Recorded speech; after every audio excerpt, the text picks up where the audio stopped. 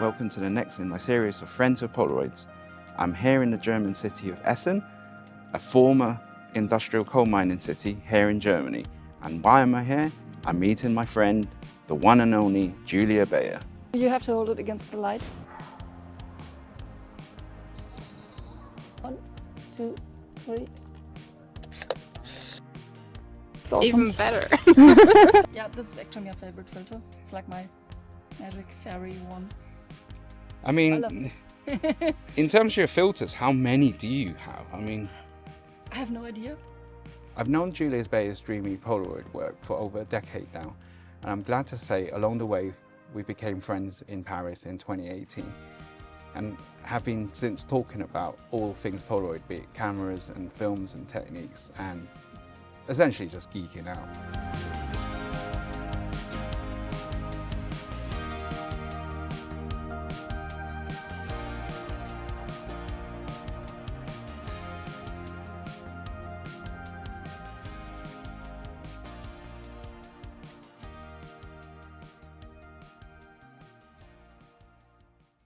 How would you say you started with Polaroid?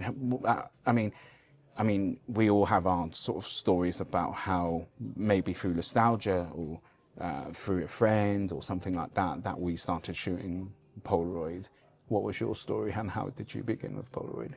Yeah, actually I didn't really get in touch that much with Polaroid as a child. Yeah. But later, when I was always started off with music, I learned the piano, I learned guitar and was in a school choir and then in bands. And when I was in my former main band, Jandine, we were recording the first album, and there were main guy, he brought another person in. It was Mike Brown from Livewire Synthesizer. He sadly passed away in 2013, but he had this company for modular synthesizers, crazy stuff. Yeah. And he was on board for the album, and he came all the way from the US to Germany to help with the recordings, and that's how I got to know him. And through him, I got to know Emily Lefelic. She's a French Polaroid photographer, and she made a music video for us, and on 8mm, I think. Even, yeah. And then I looked at her other work and her Polaroid work, and I was blown away. I mean, she mostly worked with Time Zero film and pack film, so it was. I guess that is a way of really being inspired by a fellow sort of like Polaroid photographer, especially I guess at that time. It was 2008. Wow, 2008. Well, yeah, it was the. But it took me 4 years to buy my first Polaroid camera afterwards. So. But even if we're talking about 2008, we're talking about the times when Polaroid itself and the medium itself was like slowly dying, and then obviously the subsequent years of the Impossible project. So. I think we've both. I think you've got a pioneer card, haven't you? Have you got a pioneer card? No, you don't. I don't either. I know, like there's certain people I was too late. Because I started buying film like in 2012 or so. Yeah. Coming back to your inspiration, I guess you like you just did would credit her for inspiring you. And always. Yeah. I don't know if she's even keen on it. Well, these days. In these days, perhaps not, because I don't think she shoots that much anymore. Okay. But, if you're watching, you can tell if you do or not.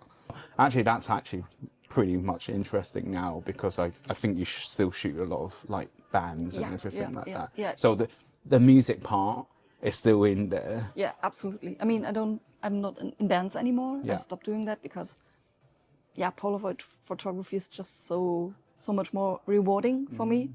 And but I mean, when I was still making music, I often used to shoot the artwork on Polaroid for our releases. So this was great to see your own Polaroids on a vinyl cover is the best. This is why I still love to shoot bands so much. Yeah. So every time I go to a concert where I kind of would love to take Polaroids of the bands, I just hit them up beforehand, mostly on Instagram.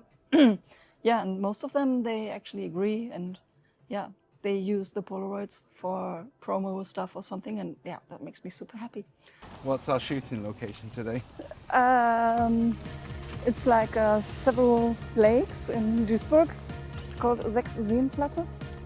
And I've done a shoot here before a few years ago. And I like the location a lot, and it's near the water and the trees, so hopefully, despite the weather, should be fine. Despite the glorious sunny weather that we're all suffering from right now.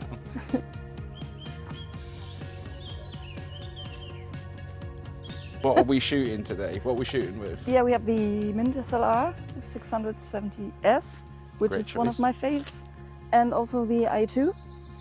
And yeah, a few packs of film. I got some 600 and some expired I-type, which gives like a blue tint. What one is that one? From when? When? I don't know. And then I got some purple, just in case.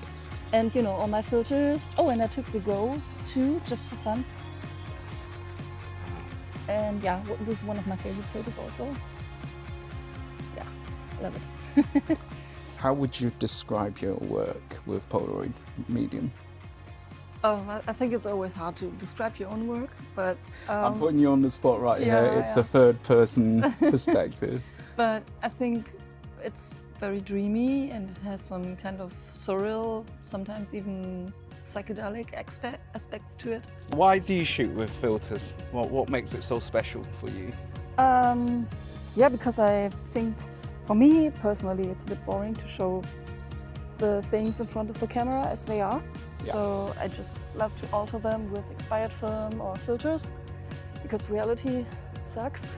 So yeah, it's I mean, Polaroid photography is an escape for me anyway from reality. So yeah, this just adds to it, so I can like put my inner world into the outside world. When you put the filter in front of it, sometimes the effect that you get is like there's so many versions. It's almost like you're in some sort of, let's call it the Julia multiverse, right?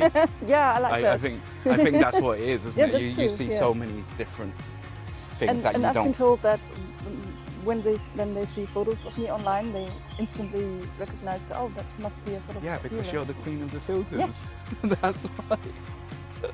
It's definitely something special about putting either like a cheap bit of plastic or a bit of cellophane in front of the lens, or like a prism, because that's the other thing. The prisms are. I mean, if it's kind of see-through, Yeah. and if I think it might be usable as a filter, I will try it out. So I've used anything. One of my favorite filters is a pendant from a chandelier, or like a lens from a kid's toy, or like some strange foils. So yeah, anything. Anything, really. yeah. I think that's what's really nice about experimentation in front of the lens.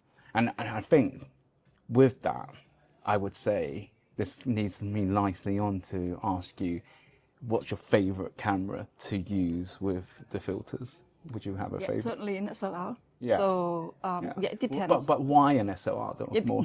More importantly. Yeah, because you can actually see what the effect of the filter looks like. You can't do that with the I-2, for example, sadly. As great as the I-2 is, and I love the fact that they put the thread on the front of it. I love the filter thread, for sure.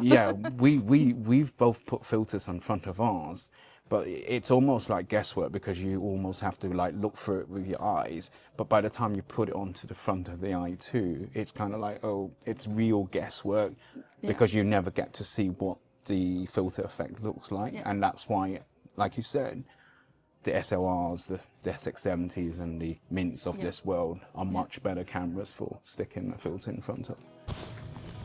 Hello. Hi. We are shooting at the Wolfsee in Duisburg. It's really beautiful and it's so hot, but we're in the shade, so that's okay. And this is Marina. Hi, I'm Marina. And she's my favorite model. Oh. Oh my God. And I got to know her through my best friend, so it's awesome. Even better. And she's an amazing photographer herself. So, yeah. I'm excited to be working with you again. um, It's gonna be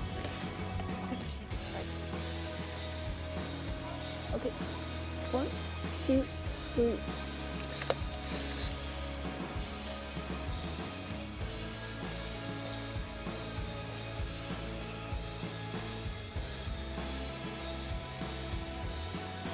In all the years that you've been shooting Polaroid now, we've all kind of done exhibitions, we've all kind of been sort of like featured in books. What would you say your proudest moment is with the medium and your own work? I think one of the proudest moments was being in the Polaroid Now book, I guess. Yeah. Yeah, that was really happy because it's something, at least I hope, lasting. Yeah. That not only Polaroid enthusiasts buy, but perhaps also regular people. So regular, you know what I mean? Another moment, it wasn't really that I was proud, but I was so happy because when they had this launched Reclaim Blue 3 years ago, I kind of got invited to the promo event, and yeah, they did a factory tour, and there was Oskar Smolokowski talking, and they had Brian there who invented the Reclaim Blue film, and yeah, later on we had dinner in some restaurant, and they had a hotel, and it was like next day they drove us to some crazy place with lots of graffitis, and just gave us a few packs of Reclaim Blue and just said, here, go bonkers. You know, it was through Ben who got me in there. So thank you, Ben. Hi, Ben. And yeah, and we just, ran around the premises there like kids. It was so much fun. And yeah, it was so nice to meet the people who are behind Polaroid. It was so interesting to put a face to them and see how they are, how they work. Yeah, it was one of the happiest days, really. Apart from your filters, what I've noticed a lot about your work is you like to use expired film, and at a certain point, a lot of it was time zero. God bless, we don't have it anymore.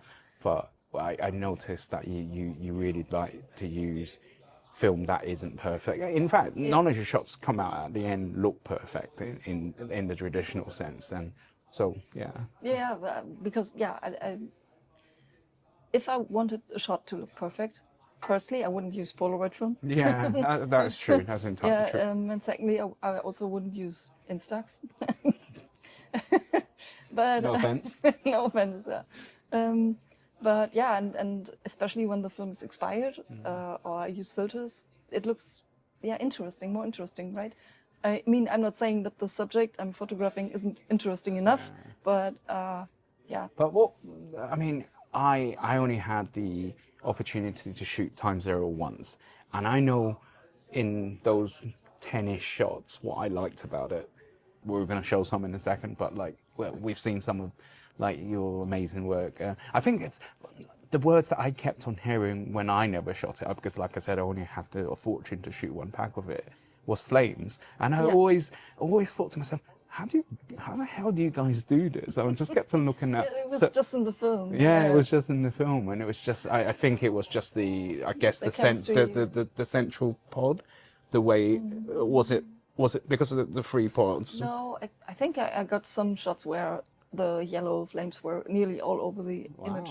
Okay. So yeah, I didn't get to shoot as much, but I mean, there's definitely something special about it because different Polaroid films age differently. The time zero definitely is the more sort of magical looking one, whereas if you had expired 600 from say like 2009, probably by now, they're all kind of a bit brown, if not orange, right? Yeah, orangey, pinkish. Yeah. So I managed to shoot some of that. So I was lucky enough to get some of that.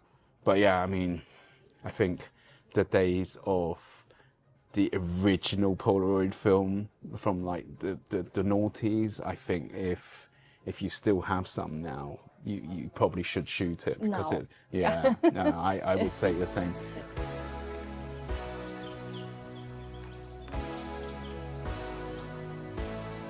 Okay, 3, 2, 1.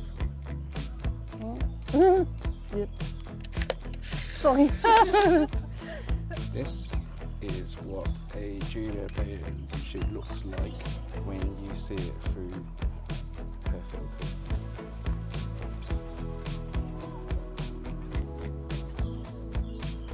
Different effects.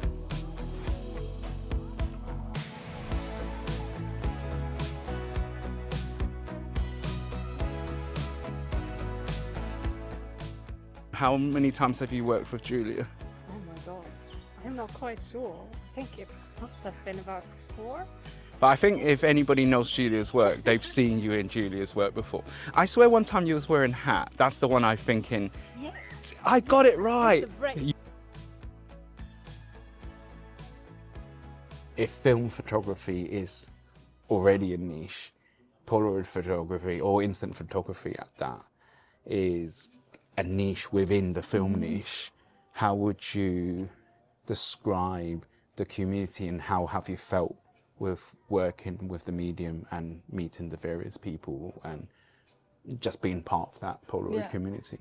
I love it because I've in the music industry where I came from before I started with Polaroid photography, there was always like some thinking of competition, and you didn't really know who you can trust. And I think it's a totally different thing in the Polaroid community. It feels so warm, and I feel so welcome, and I think it's so supportive.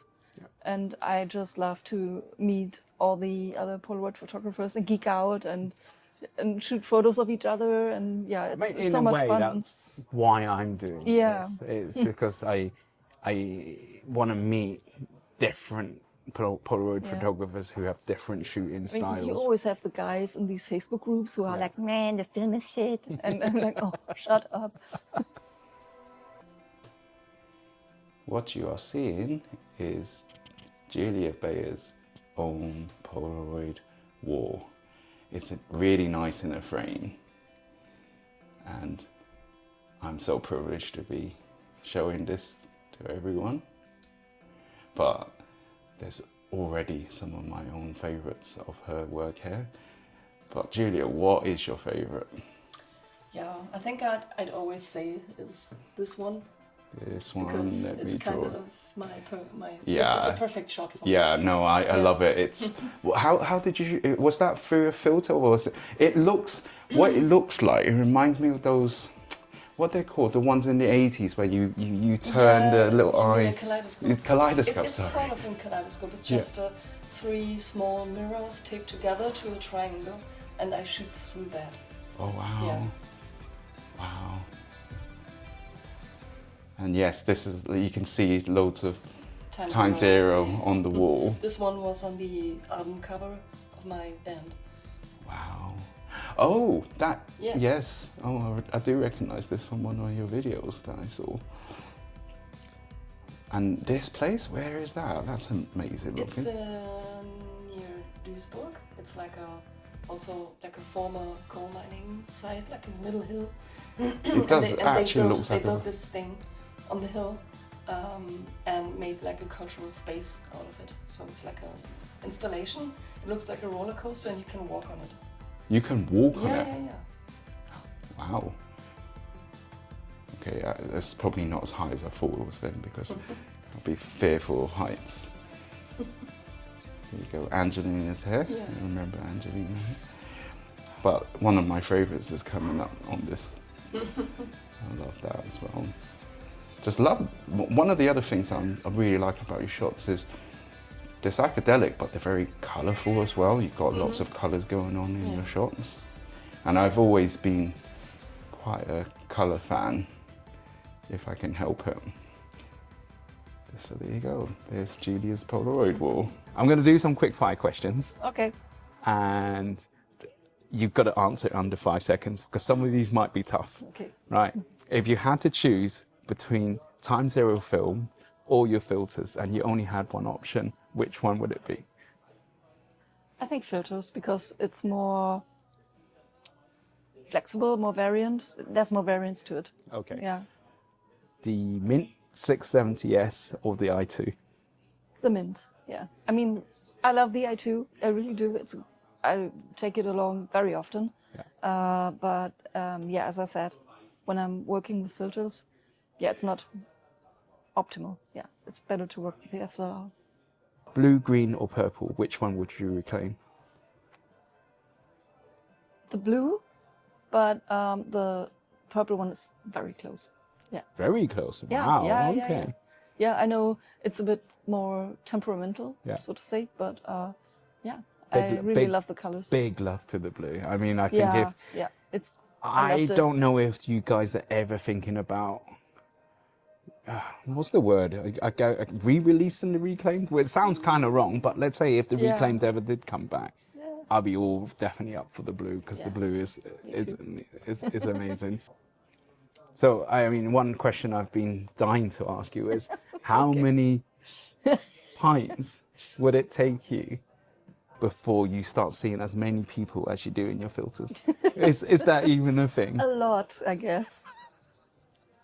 Even for me. Yeah, a lot. Yeah. I mean, actually. just to round that off, I think Julia will tell you, probably me, I'll probably need about 2 pints, and then I'll start seeing multiple people, and I get the whole Julia Beyer sort of filter effect after 2 pints. But most people Yeah. know that about me anyway. But yeah, actually, regarding this effect, I've been told a few times that my Polaroids have like a psychedelic quality to it. Yeah. But I actually never really tried that. I just tried it once 2 years ago. It was very interesting and I liked it.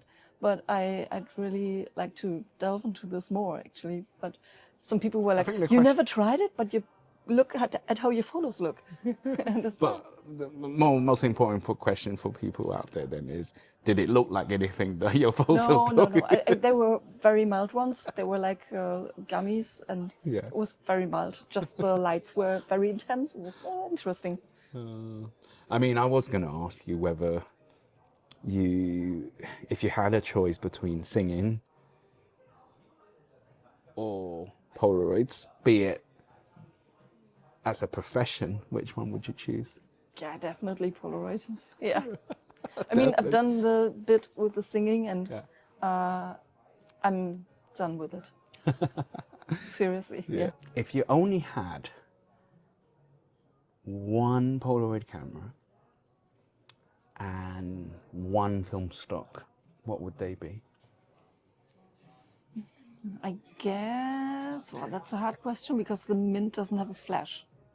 And sometimes I really just need a flash. So I guess it would be the SLR670S, and the film would be 600 film because it's so versatile.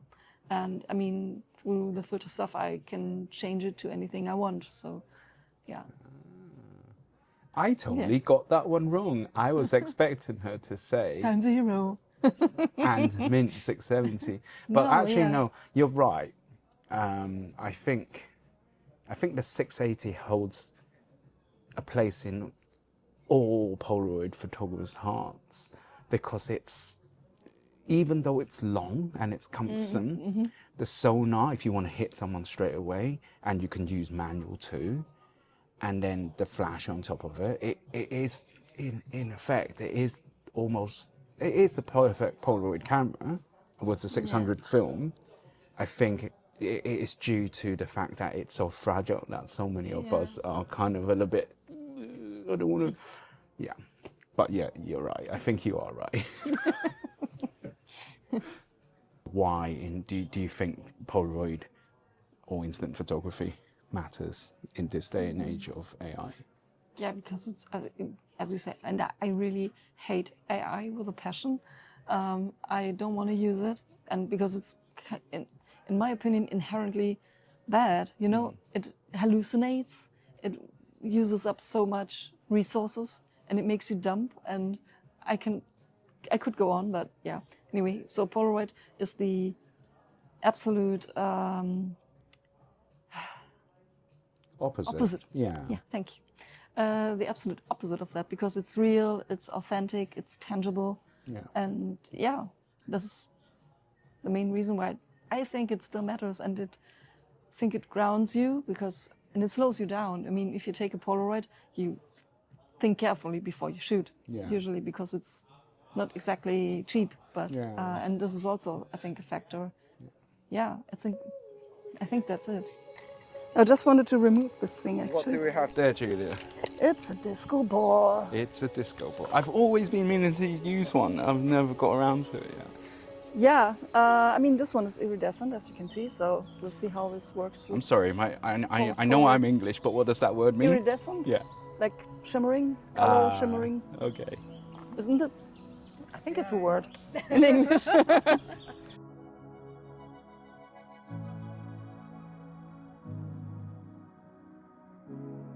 paste. Oh, paste. Okay, a little bit too dark. I love this I one. love this one. That one's awesome too. I can see where the challenge was with the disco ball when you use the filter though. Okay.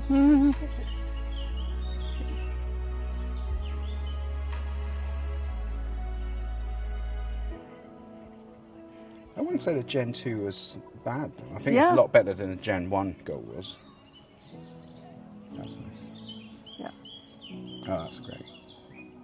This one, I like this one. I actually love the shadows on it. I think it adds to it.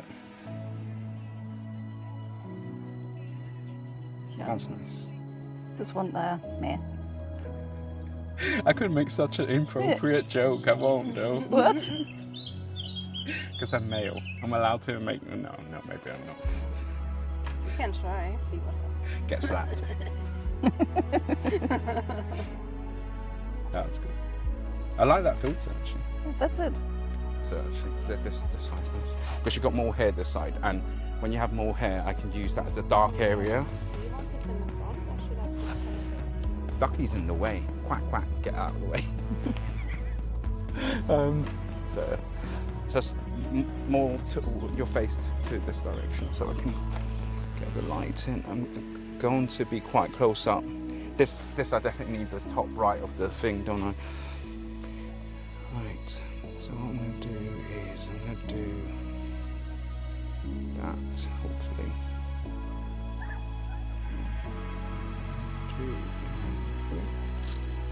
Oh, why is the flash on? I hate that. I really hate when the flash is. I might have to do that again. 1, 2, and 3.